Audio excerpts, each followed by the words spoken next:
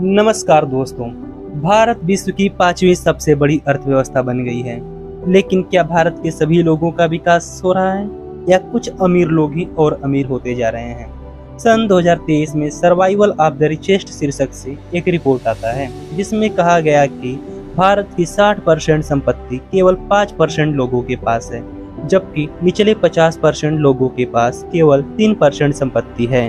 और यह रिपोर्ट यह भी कहती है कि 2012 से 2021 के बीच बनाई गई संपत्ति का 40% केवल 1% लोगों के पास गई है। यह रिपोर्ट यह भी कहती है कि भारत में अरबपतियों की संख्या 2020 में 102 से बढ़कर 2022 में 166 हो गई है, यानी अरबपतियों की संख्या बढ़ रही है, जबकि देश महंगाई, बेरोजगारी और स्वास्थ्य आपदाओं जैसे कई संकटों से पीड़ित है। भारत में गरीब अपनी न्यूनतम जरूरतें भी पूरा करने में असमर्थ हैं। एक तरफ देश में अमीरों की संख्या बढ़ रही है, तो दूसरे तरफ देश में भूखमरी बढ़ रही है। इस रिपोर्ट के अनुसार 2018 में भूखे लोगों की संख्या 19 करोड़ थी और 2022 में बढ़कर यह 35 करोड़ हो गई है, यानी कि लगभग दोगुनी। भूख के कारण 2022 में 5 वर्ष से कम उम्र के 65% बच्चों की मृत्यु हो रही है। हमारे संविधान के अनुच्छेद 39 में भी यह उल्लिखित है कि संपत्ति का केंद्रीकरण कुछ हाथों में नहीं होना चाहिए, यह सरकार का दायित्व है।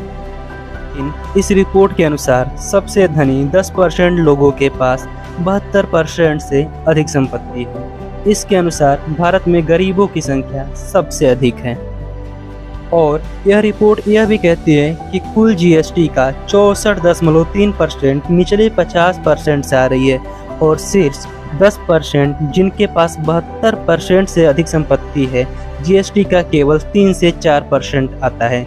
अतः सरकार को अप्रत्यक्ष करों पर भी विचार करना चाहिए। भारत का इकोनॉमी तो जरूर बढ़ा है, लेकिन ग्लोबल हंगर इंडेक्स 2023 के अनुसार भारत 125 देशों में 111वें स्थान पर आता है, जबकि पाकिस्तान, बांग्लादेश, नेपाल और श्रीलंका भारत से बेहतर स्थिति में हैं।